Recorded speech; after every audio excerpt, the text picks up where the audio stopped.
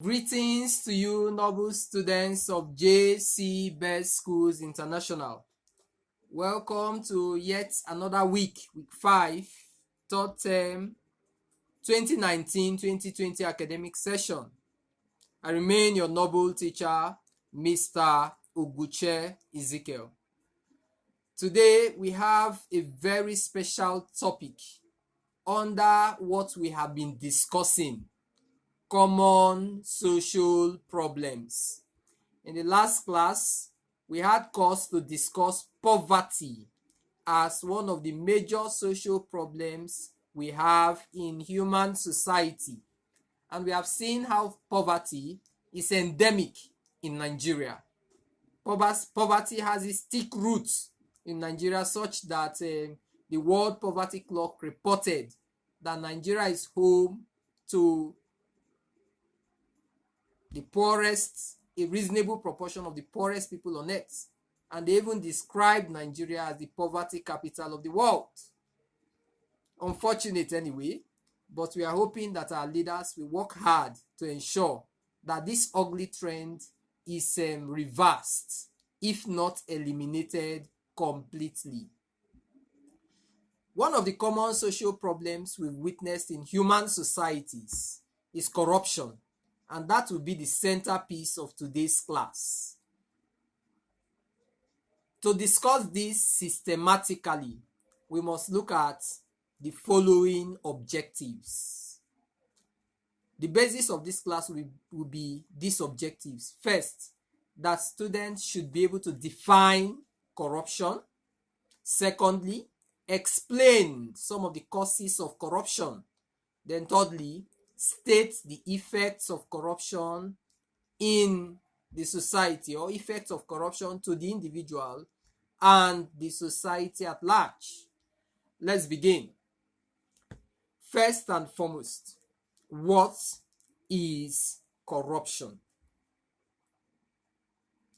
Corruption is a form of dishonesty or criminal offense undertaken by a person or an organization entrusted with a position of authority to acquire illicit benefits or abuse of powers for one's private gains. So, corruption is about taking advantage of your privileged position to undermine certain rules, to suppress people, to make people act in your favor and not in the interest of the common good. Corruption can take place in all facets of the social structure. In our social structure, we have the upper class, the middle class, and the lower class. We find corruption both at the higher level, at the middle level, and even at the lower cadre of the structure of human society. So usually when people talk about corruption, the first thing that comes to mind is corruption carried out or perpetuated by government officials. Yes, leaders are supposed to lead by examples, but it does not imply that followers are left out when it comes to the question of corruption. So corruption takes place at all strata of human society. Let's use Nigeria as a case in point.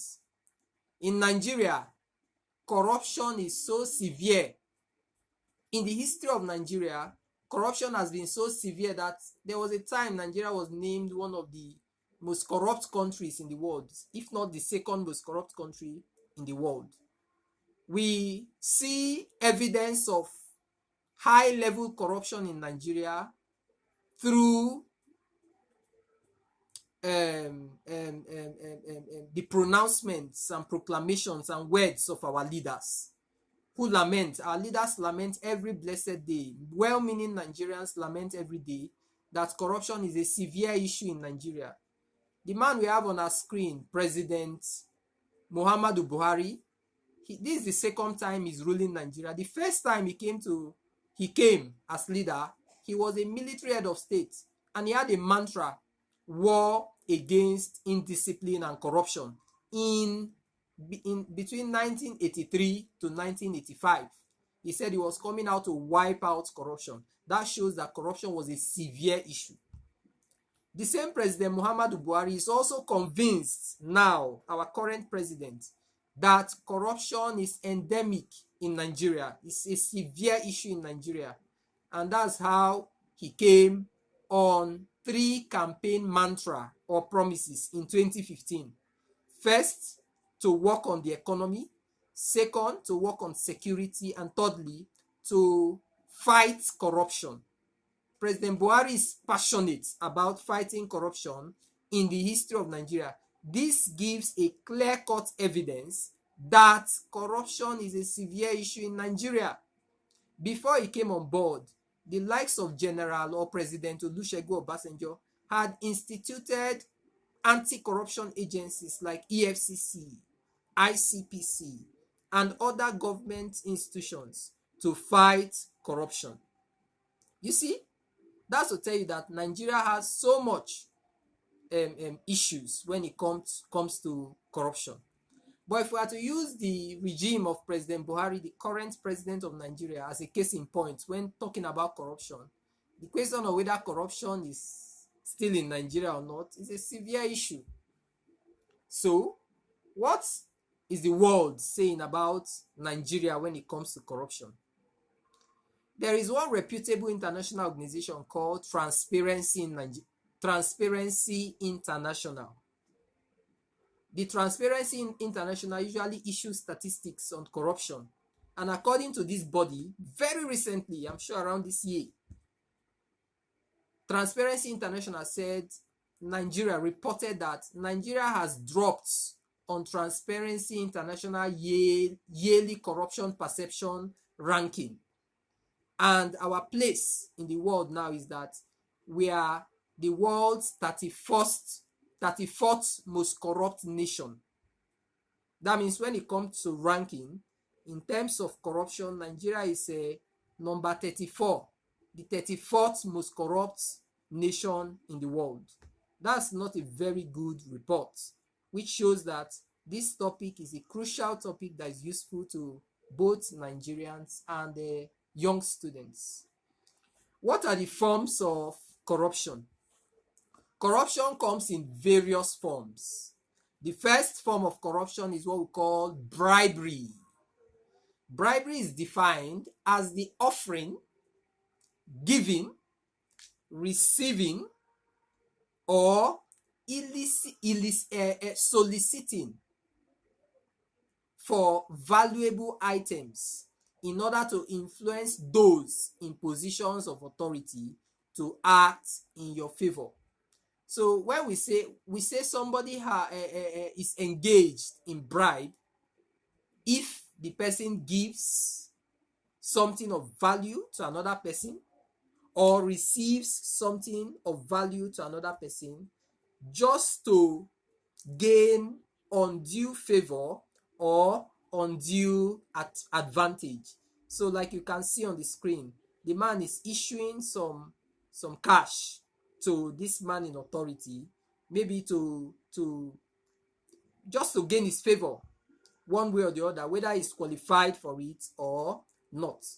Bribery is a form of corruption. Number 2, we have electoral frauds, or what's popularly called electoral malpractice. For example, it involves snatching of ballot papers, thuggery, inflation of election results, vote buying, and underage voter. Who is an underage voter? Somebody voting during election, yet the person is below the lawful age, which is 18. That's an underage voter. Then vote buying, like you see on the screen there. The voter there is going to cast his votes, but he will definitely vote for somebody who will give him cash or the highest bidder. So you see, that would be the hand of a corrupt politician or a corrupt agent of politicians. One of the corrupt agents of politicians giving him some cash just for him to vote in their favor, not minding whether he's qualified or not. So you see, that actually happens in Nigeria very often during election. It's an unfortunate situation. It does happen in our dear country, Nigeria. So electoral fraud or electoral malpractice is a form of corruption. The next form of corruption we have is nepotism. When you give undue advantage to your family members, friends, loved ones, and relatives over others, even when they are not qualified for the offer you are giving them. It is a product of favoritism. You are trying to favor one person over the other, and it's an unfortunate thing. It could also mean granting unnecessary favor on close associates at the expense of others. Look at that diagram there. If you observe, you see this man, the man at the top. What is he doing? He's trying to distribute resources. Those people at the right hand side of the screen, they have so much to eat and drink, but the other man at the left hand side of the screen is having next to nothing. Nothing is coming out. So you see, those other persons, they are feeding fat, while this man is not like them in terms of stature. Why? Because of nepotism and favoritism. It's a form of corruption. Number 4, we have embezzlement of public funds. Embezzlement of what? Public fund. Thefts or misuse of funds placed in one's trust or belonging to one's employee. It could also mean channeling public funds to private purse for personal gains or personal use.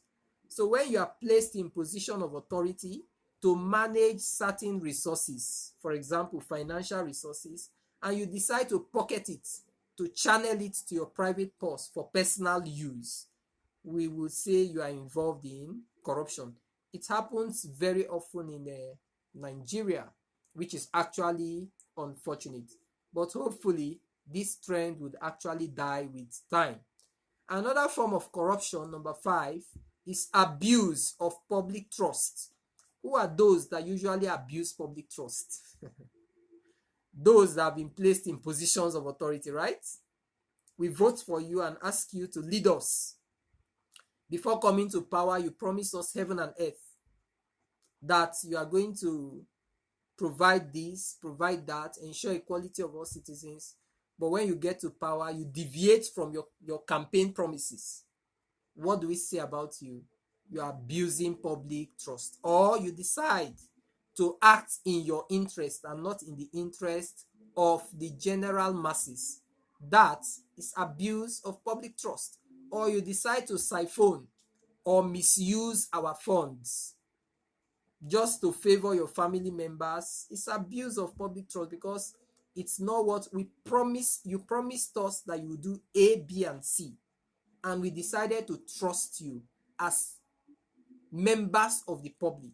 The moment you misuse that trust, we call it abuse of trust. That's why we say on the screen, when leaders or those in positions of authority fail to fulfill their campaign promises or execute programs that are not favorable to the masses. What do you call that? Abuse of trust by those in positions of authority. Number 6, we have what is called poor legislation. Poor legislation. If effective laws are not enacted to punish corrupt dealers, people will be tempted to practice corruption with impunity. Impunity means to do something without thinking of the consequences of what you do or the actions you take. That's impunity. It's a sad story, all right?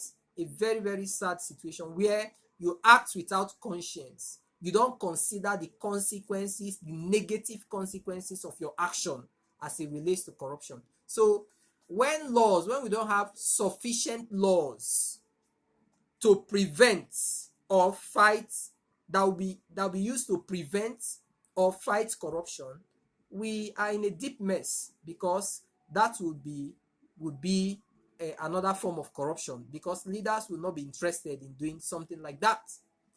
Now, another form of corruption is examination malpractice. The inclusion of this particular form of corruption is deliberate, to show that even students can be involved in corruption. When you enter the exam hall and you decide to come in with cheats, with papers,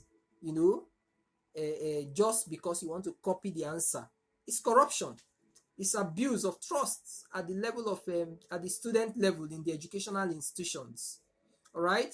Or you decide to giraffe to see the answer from your neighbor, from your seatmates, or somebody close to you, or you pay a huge amount of money so that you get the question paper before time, is a form of corruption. And even in Nigeria, under certain examination laws, you are liable for punishment if caught and found wanting by a court of law.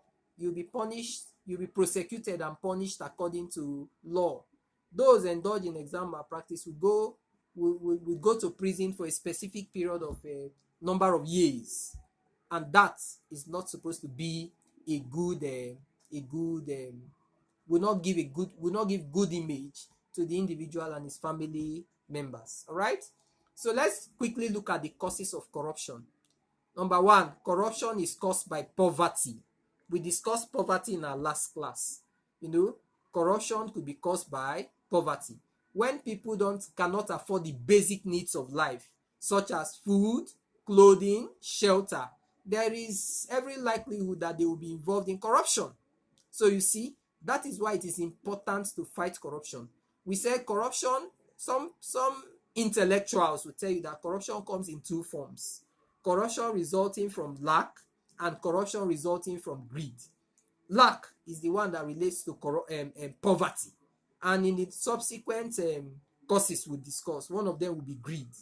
That is corruption resulting from greed. So when people cannot afford food, clothing, shelter, and they are helpless, and they have opportunity to engage or indulge themselves in corrupt practices, they would do so because they want to survive.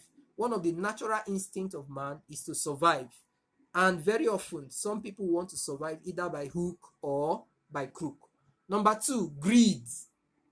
As mentioned in the last point, greed, when people are not contented with what they have and cannot live within their means, they become corrupt just because they want to acquire wealth and live ostentatious life.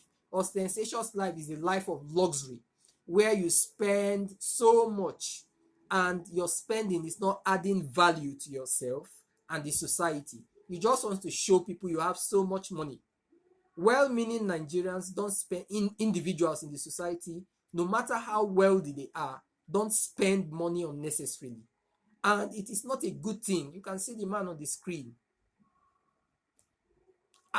trying to get so much into his mouth, even more than necessary. That's why you see it is inscribed there. Greed is not good. Greed is not what? Good. We must learn to be contented with what we have, so that life will be meaningful and smooth. Number three, the third cause, one of the causes of corruption, is illiteracy and ignorance. Illiteracy and ignorance. What I want to say is arguable, but there's this ancient Greek philosopher, his name is Socrates. Socrates said, ignorance is the cause of evil. To a reasonable degree, there is a point he has made. That point is clear. At times, if people know the implication, the negative implication, the dangers of what they do, the deep-rooted consequence of their action, I'm not sure they will want to do it. So when people are illiterate, when they are ignorant of the consequences of their action, they tend to engage in such acts. So corruption could be one of those dangerous things that people engage in. That is not, you see, when people are not informed or educated, they may not understand the implications of corrupt practices. like the man there, is blinded by ignorance, doesn't understand the implication of what he does. So it's very easy for him to engage in corrupt practices. Number 4, bad governance. There's a popular saying. A popular saying talks about leadership by example. If the leaders are corrupt and fail to showcase exemplary lifestyle, the followers may be misled to act like them, which means if the leaders are corrupt, the chances that followers will be corrupt as well is very high, because you say, after all, our leaders are doing it. So bad governance could be one of the causes of corruption. Number 5, irresponsible parenthood. Irresponsible parenthood. This is the root cause of corruption in the society, where parents are irresponsible. An irresponsible parent is one that will not provide the basic needs of life for his or her children, or will not nurture the children in morals and conduct. If parents fail to perform their duties to their children, or they fail to inculcate morals to their children, the children will grow up with corrupt traits and immoral behavior. Parents are supposed to lead by example. Parents are supposed to inculcate values in their children for them to be responsible parents. If they do so, they become irresponsible parents. So there are so many parents in our society that are irresponsible because they don't provide basic needs of life for their children. For the benefit of doubt, the basic needs of life are food, clothing, shelter, and education. To be a responsible parent, you don't have any excuse to say you cannot provide these basic needs for your children. Otherwise, why be a parent if you cannot perform this holy and sacred responsibility? If the children grow up to become nuisance to the society, to become corrupt members of the society, you are to be blamed. So how would you explain to society and to God that you cannot give your children the basic needs of life or inculcate morals in them? On a large scale, that could result to corruption in our society. Then number 6, low press freedom. The press, we are talking about the mass media, such as the electronic media like television and radio, print media like newspapers and magazines. These are viable causes of corruption. It becomes a cause of one of the when the press is not free, when the press is not free to discharge their duties without fear or favor. That means to analyze and criticize the policies and programs of government without fear of intimidation. If they are not free to do so, corruption would abound, because one of the means of questioning the decisions of government, one of the means of checking the excesses of government, one of the means of avoiding abuse of power is through press freedom. So they can report any news or event, whether good or bad, so that every member of the society would see and praise or blame the government. That way, the government will begin to check their activities to ensure that they don't violate the rights of citizens. That's why we say low press freedom is one of the causes of corruption. Wow. By the grace of God, we've come to the end of today's class. But I have an assignment for you. And the assignment is in A and B. 1A says state 3 consequences of corruption in Nigeria. Then 1B, outline 3 solutions to the problems of corruption in Nigeria. Dear students, I want to thank you so much for listening. Until I come your way next time, I remain your noble teacher, Mr. Uguche Ezekiel. God bless you.